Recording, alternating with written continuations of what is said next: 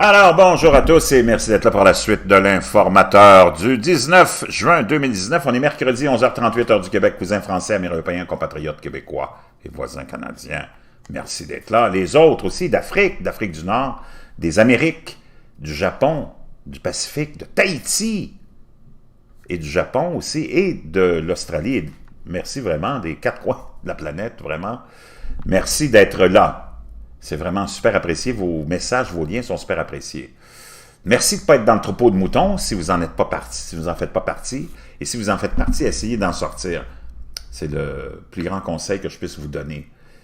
Mais c'est certain que c'est difficile de sortir de là parce que tu es jugé quand tu sors du troupeau de moutons, parce qu'on se demande toujours « Mais il s'en va où? Il se prend pour qui, lui? Pourquoi il sort du troupeau? » Et c'est ça qu'on veut que vous restiez en troupeau. Et ceux qui sortent du troupeau se font traiter de tous les noms de racistes, de xénophobes, de sexistes et de tout ce que vous pouvez imaginer comme insulte. Et c'est difficile, la pression est là. On a peur d'être jugé, donc on reste dans le troupeau. J'ai un autre message pour les pro-Trump. Je vais vous parler maintenant, je vais vous faire quelques... Ouais, vous donner des faits saillants de son lancement de campagne hier qui était spectaculaire à Orlando. Mais avant, j'aimerais juste... Il y a une chose qui est vraiment aussi très inquiétante, c'est la confusion des genres, la confusion politique et intellectuelle. Moi, ça ne m'étonne pas parce que la masse, la foule, le troupeau de moutons, il n'y a pas vraiment un quotient intellectuel très élevé dans l'ensemble de ce troupeau-là. Quand tu prends l'individu tout seul, c'est déjà mieux, tu peux faire quelque chose avec, mais un troupeau de moutons, tu peux rien faire d'autre, sauf les envoyer toujours dans la direction où tu veux les envoyer pour éventuellement les tondre. Et il y a plein de gens, et c'est ça qui m'étonne, même de mes compatriotes québécois qui sont pas méchants, qui sont gentils, qui essayent de faire quelque chose, même si c'est pas leur domaine, puis ils devraient plutôt se consacrer à autre chose, mais chacun fait ce qu'il veut, c'est ça la liberté dans laquelle on est, puis ça c'est très bien, jusqu'à ce qu'il nous reste encore de la liberté. Essayent de faire de la politique, d'expliquer ou d'analyser la politique, et ils sont devenus des pro-Trump, ce qui est complètement aux antipodes de leurs croyances politiques. Ils sont des globalistes, des mondialistes, des socialistes. Ils aiment le système québécois, ils aiment l'universalité du système québécois, ils aiment la gratuité des soins de santé, ils aiment le service public, ils aiment l'école publique, le système de santé publique. Ils se sont même présentés pour Citoyens au pouvoir, qui était, je ne sais pas s'il existe encore, mais un parti qui allait juste un peu plus loin que le Parti communiste de Chine, puis ils sont des pro-Trump. J'arrive pas à comprendre pourquoi, parce que pro-Trump, c'est un libertarien, c'est quelqu'un qui est contre le gros gouvernement, c'est quelqu'un qui est contre l'enseignement public, c'est quelqu'un qui est contre la gratuité de l'enseignement, la gratuité des soins de santé, c'est quelqu'un qui est contre le socialisme, c'est quelqu'un qui est contre les impôts, l'interventionnisme, c'est quelqu'un qui baisse les impôts des riches. Ça ne ferait pas l'affaire de mon compatriote dont je parle en ce moment, et tous les autres qui ont des petites plateformes ou des petites chaînes YouTube, qui sont tous socialo-médiocres et globalistes, et même altermondialistes. Trump a baissé les impôts des riches et des entreprises. C'est complètement à l'encontre de leur philosophie puis de leur idéologie politique. Je comprends pas comment ils peuvent être des pro-Trump, défendre Trump, se mêler puis suivre Q en plus. QAnon, c'est un groupe de trolls, comme les groupes de trolls existent aussi dans la gauche, qui sont toujours en train de troller les partisans de Trump pour les rassurer. C'est bien correct, mais c'est des trolls, là. Ils n'ont rien de crédible là-dedans. Je pense que ça fait 3 ans qu'ils nous annoncent des emprisonnements. Ils ne sont pas arrivés et ils n'arriveront jamais non plus. Parce que c'est de la politique. Tu ne commenceras pas à emprisonner le monde. Puis le FBI, la CIA, la NSA, puis toutes les autres agences de surveillance, ils ont juste fait leur travail. Puis les autres, leur travail, il leur est commandé par le gouvernement.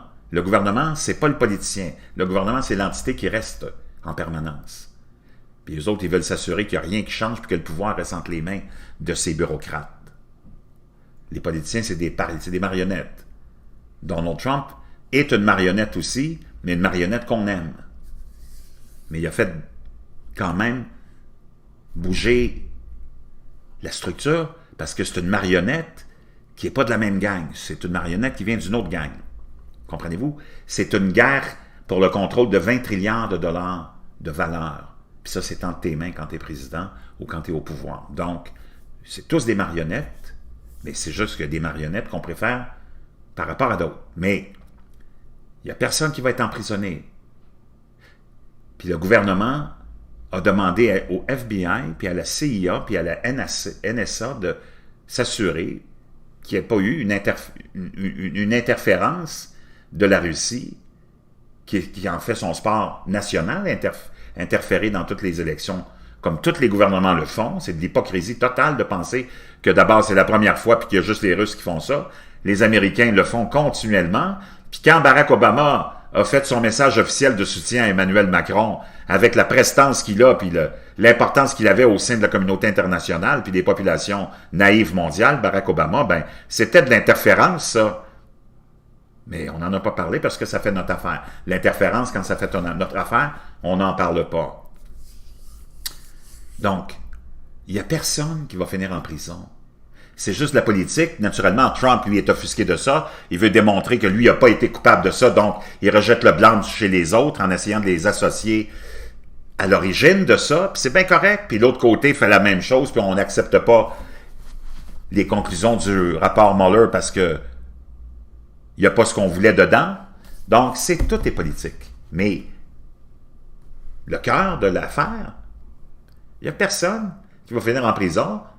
Trump n'était pas content, son administration n'était pas contente de certains individus qui semblent avoir eu de la partisanerie dans leurs actions professionnelles, comme Peter Strzok, Lisa Page,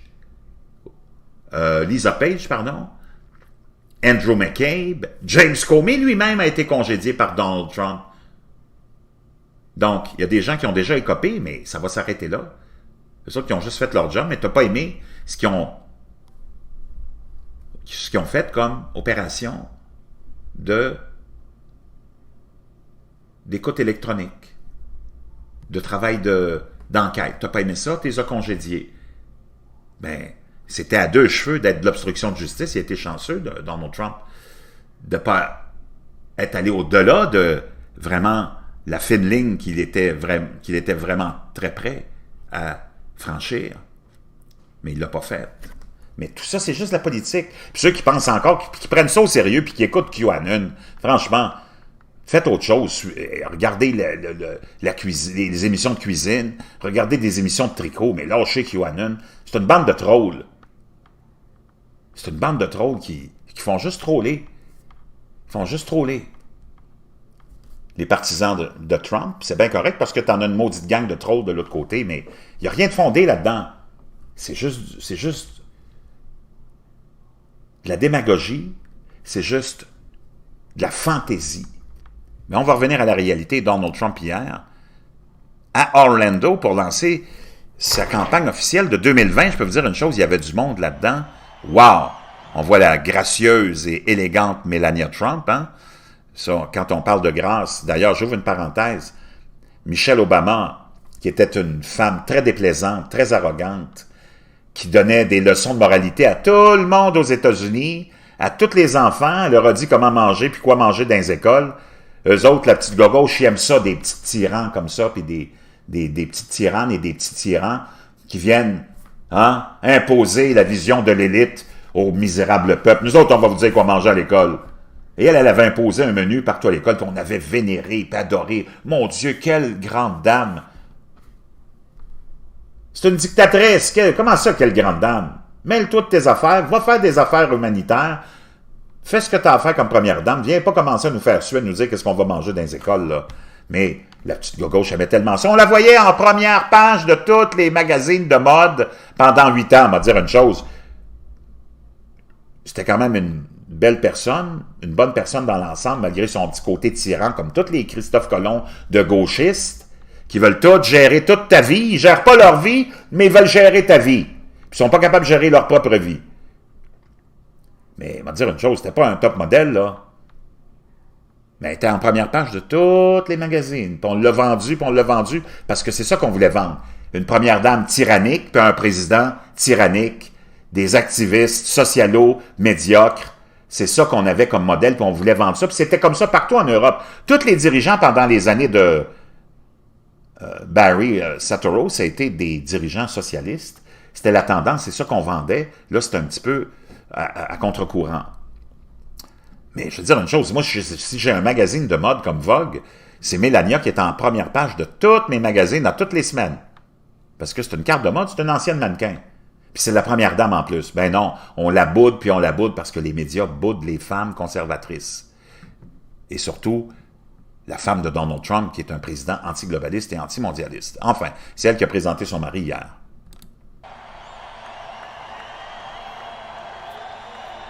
22 000 personnes assemblées, réunies pour entendre un politicien sans musique, sans guitare, sans tambour ni trompette. Je veux dire une chose.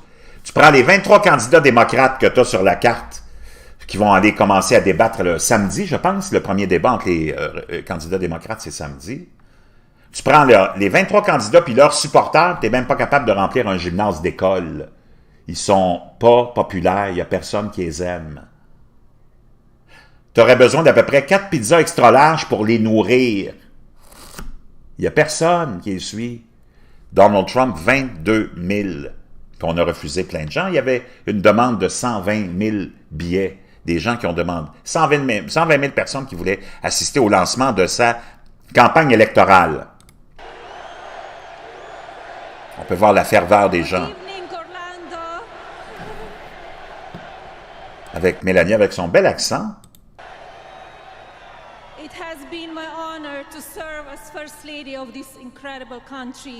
Ça a été mon honneur de servir comme première dame pour ce pays incroyable pour les dernières 2 années.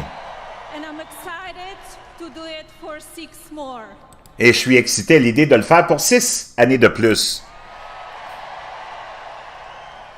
I'm proud of all that my husband, this administration, and our entire family have done on behalf of the American people. Je suis très fier de ce que mon époux, moi-même et ma famille avons accompli au nom de notre population, au nom de notre peuple, de notre belle nation, dans une très courte période de temps. Les accomplissements de Donald Trump sont vraiment spectaculaires et lui a établi des nouvelles normes à Washington et dans la politique en général. La nouvelle norme, c'est quoi? C'est qu'il a respecté toutes les promesses qu'il avait tenues. C'est une nouvelle norme, ça. On n'était pas habitué à ça.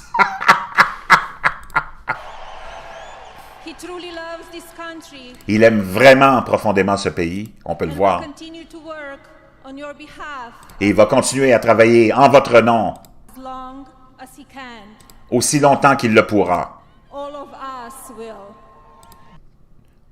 Et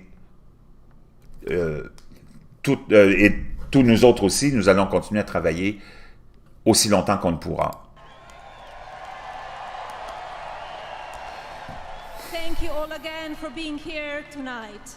And now, I want to introduce my husband, the President of the United States, Donald J. Trump. Je vous présente maintenant mon époux, le président des États-Unis, Donald J. Trump.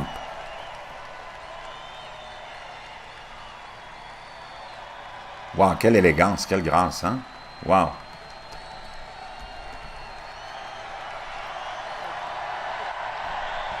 Là, on parle d'un politicien. C'est pas une super vedette du cinéma ni de la musique populaire.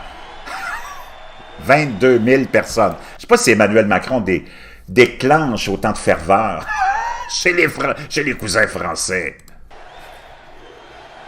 Et on entend les gens scander « USA, USA ». Donc, moi, je l'ai écouté hier. Je voulais pas vous le faire en direct parce que je voulais vraiment profiter du moment, parce que c'est des moments historiques. J'aimerais d'ailleurs ouvrir une parenthèse pour vous rappeler, les amis, que privez-vous pas du plaisir de la présidence de Donald Trump, même si vous n'êtes pas américain. Privez-vous pas de ce plaisir que les médias locaux de chacun de nos pays veulent nous priver. C'est un moment vraiment délicieux, rafraîchissant, de ne pas avoir des maudits politiciens avec la langue de bois qui nous racontent toujours les mêmes idioties, les mêmes experts qui nous analysent les mêmes discours de façon plate, des discours plates, de politiciens plates qui ne travaillent pas pour nous autres. C'est un moment historique. Profitez-en, il n'y en aura plus après. Donald Trump, il peut faire juste 2 mandats. Après ça, on va revenir avec des maudits politiciens de carrière. Profitez du moment. Même si vous ne l'aimez pas, profitez du moment. Vous allez peut-être commencer à l'aimer. Parce que Donald Trump, c'est tout le contraire de tout ce que vos médias locaux vous donnent comme description. C'est un homme drôle, charmant, dévoué, vraiment pas raciste, vraiment pas tyrannique, ni un dictateur. Il est toujours en train de parler aux journalistes, il leur donne des entrevues, il aime ça. Puis c'est lui qui défend le plus les droits et libertés. Tu verras jamais Donald Trump demander ou imposer ou exiger qu'une loi soit passée pour interdire aux femmes de porter, par exemple, le hijab. Jamais il ferait ça.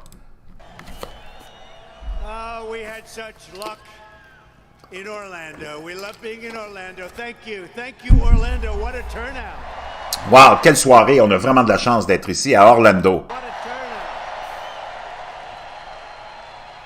Quelle tournure des événements. This is a very big arena.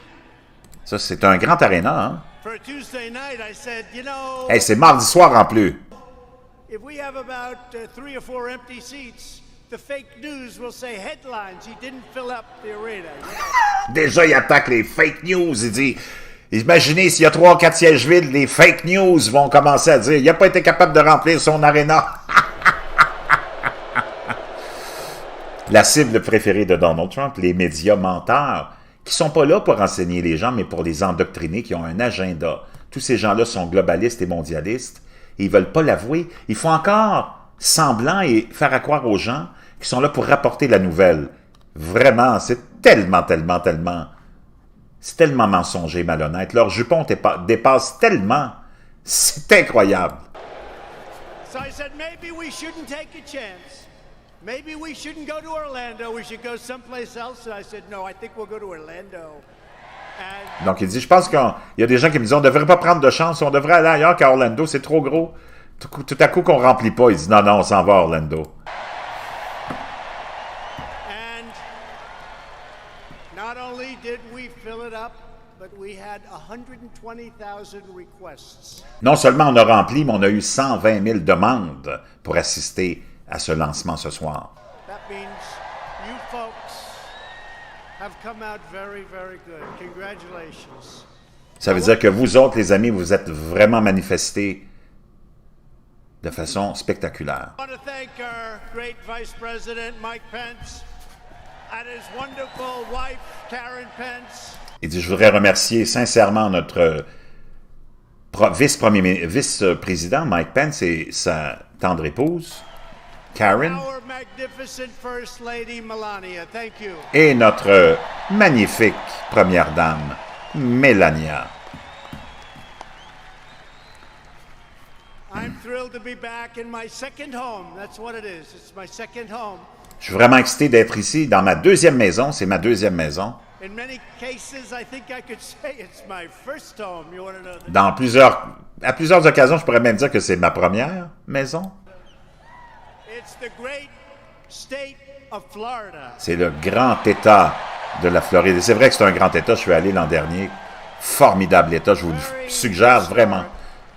Because exactly 4 years ago this week, I announced my campaign for President of the United States. Il y a 4 ans exactement, j'annonçais le lancement de ma campagne pour la première élection de 2016. And it turned out to be more than just a political campaign. It turned out to be a great political movement because Non seulement ça a été le début de ma campagne électorale, mais ça a été beaucoup plus, ça a été le début d'un grand mouvement politique. of you, a great movement.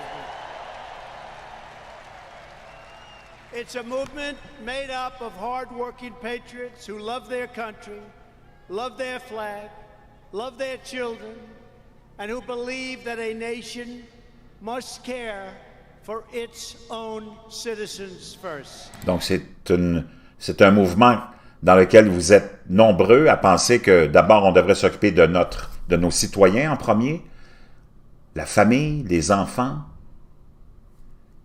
toutes des valeurs conservatrices. D'ailleurs, j'ouvre une autre parenthèse pour faire allusion encore à mes cousins québécois, à mes, compatriotes québécois qui ont des chaînes politiques YouTube et qui sont des pro-Trump. et qu'ils sont complètement aux antipodes les uns des autres. Donald Trump est un conservateur, libertarien, qui est contre l'avortement. Mes compatriotes dont je parle, qui ont ces chaînes-là, sont tous pour l'avortement. Donald Trump est complètement aux antipodes à tous les niveaux. Croyants, tous mes amis, mes compatriotes québécois qui ont ces chaînes-là sont tous, pour la plupart, en tout cas très loin de la religion. Donald Trump impose des visées complètement différentes. Donc, avant d'être pro-Trump, je voudrais vraiment que vous vous identifiez comme vraiment ce que vous êtes comme... qu'est-ce que vous avez comme philosophie politique et comme idéologie, parce que ça devient contradictoire à un moment donné. Il y a trop de confusion. Donald Trump, quand il dit « je suis pour le peuple », ça veut dire qu'il veut redonner le pouvoir au peuple dans le sens où vous allez être responsable de vos vies. Le gouvernement va sortir de vos vies. Alors que mes compatriotes québécois qui ont ces chaînes-là veulent que le gouvernement envahisse totalement vos vies et contrôle tous les aspects de vos vies. C'est comme il y a un clash. Tu ne peux pas être pro-Trump et être socialiste. Ça se peut pas. Tu ne peux pas être pro-Trump puis être pour l'avortement. Ça non plus, ça se peut pas. Donc, à un moment donné, Donald Trump, il est là pour... Il a fait... En tout cas, il aide à clarifier beaucoup de choses, mais il y a beaucoup de gens qui veulent s'associer à Donald Trump alors qu'ils sont complètement aux antipodes de son idéologie.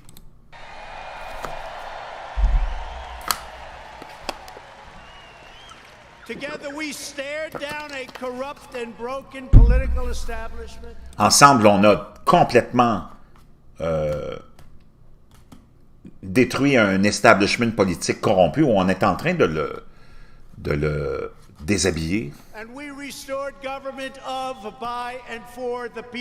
Et on a restauré le gouvernement par et pour et par le peuple. C'est ça que ça veut dire. Ça veut dire qu'il a redonné des impôts. Il a sorti le gouvernement de toutes les réglementations. Donald Trump, c'est anti-accord de Paris. Mes compatriotes québécois qui ont ces chaînes-là sont tous pro-accord de Paris.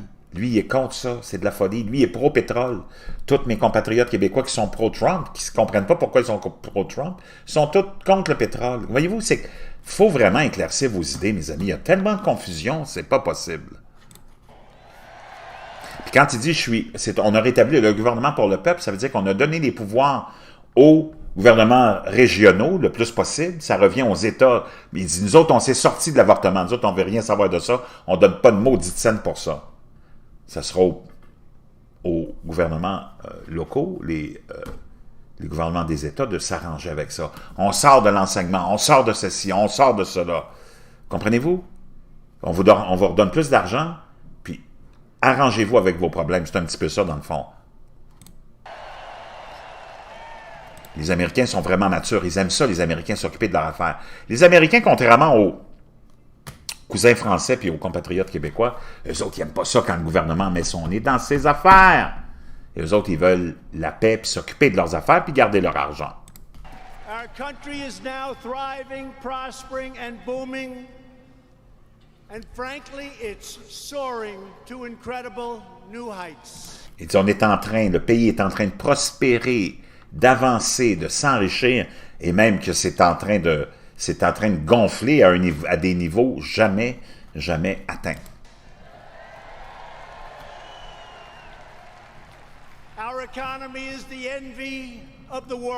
Notre économie fait l'envie du monde entier.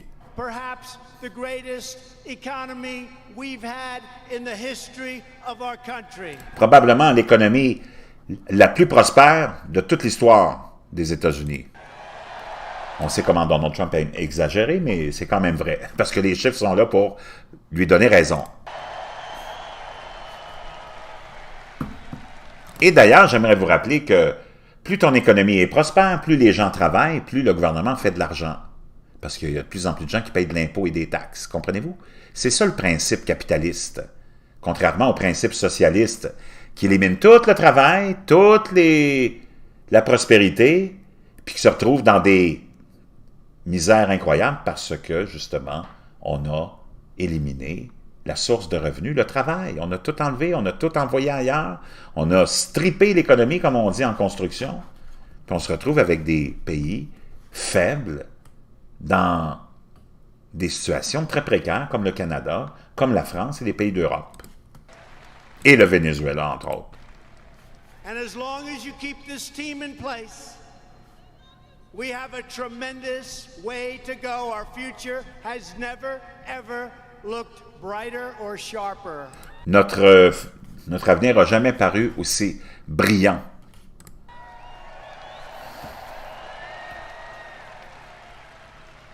The fact is, the American dream is back. It's bigger and better and stronger than ever before.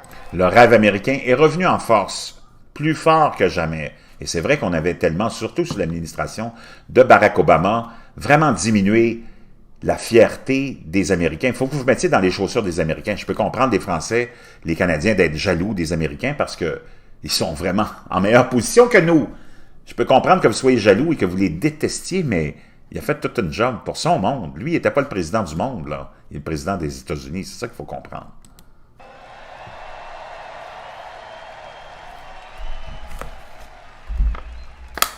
« 2016 was not merely another four-year election.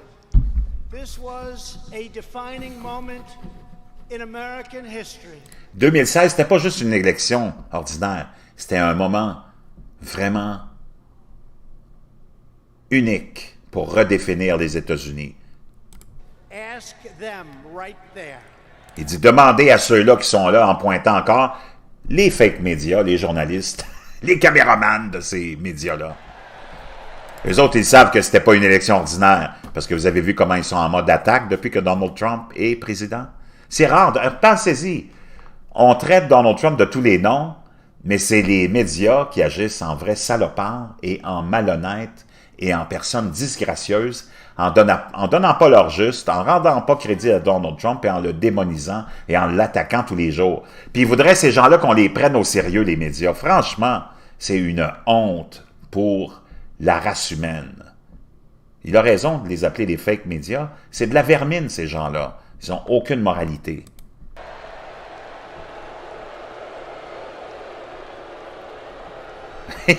Il se fait un plaisir de vraiment les narguer, de les pointer du doigt, et la foule va crier à l'unisson « CNN sucks, CNN sucks, CNN, c'est de la chenoute ».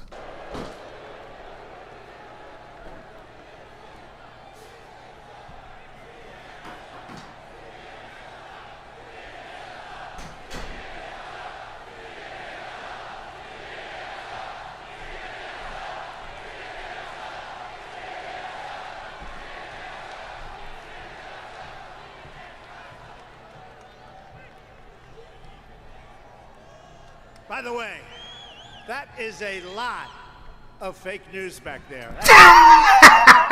Il dit en passant, ça c'est beaucoup de fake news ici en arrière. C'est beaucoup de fake news. Et il se fait un plaisir parce qu'eux, ils se gênent pas pour massacrer Donald Trump. Il se fait un plaisir, mais en même temps, il leur redonne toujours plein d'entrevues. Donc, Donald Trump est capable d'humour aussi. Il ne prend pas ça tellement au sérieux, mais c'est très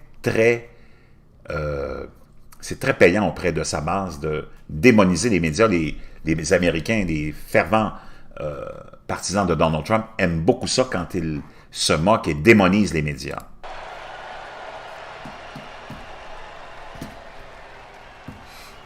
Et il a besoin de ces médias-là parce qu'ils n'arrêtent pas de parler de Donald Trump 24 heures sur 24. Ça s'est jamais vu.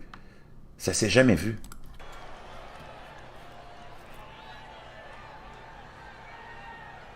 You know what I say?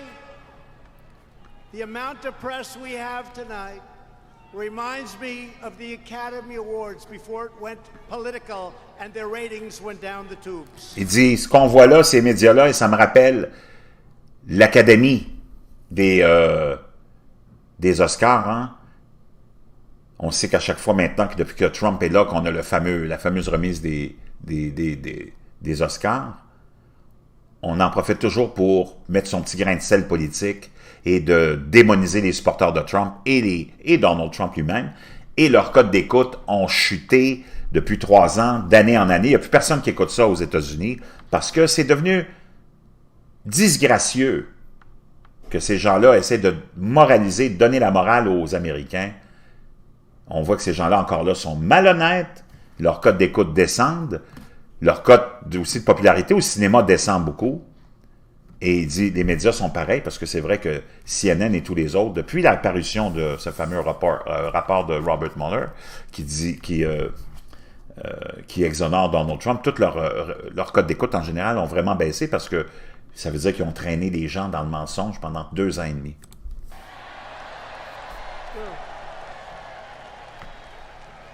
This was our chance to reclaim our government from a permanent political class that enriched itself at your expense. C'était le moment de reprendre le pouvoir pour reprendre des mains de ceux qui s'enrichissaient à vos dépens, de reprendre le pouvoir à ces gens-là. C'était ça l'élection de 2016.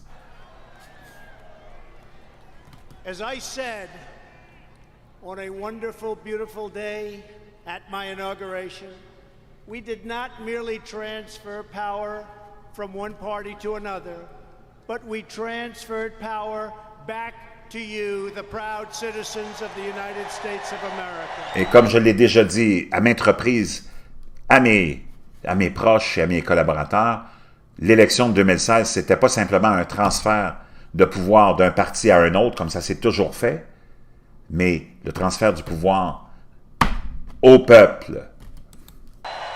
Chers amis, on va s'arrêter là pour l'instant. Je vais vous laisser digérer ça, puis je vais vous revenir avec la suite un petit peu plus tard aujourd'hui.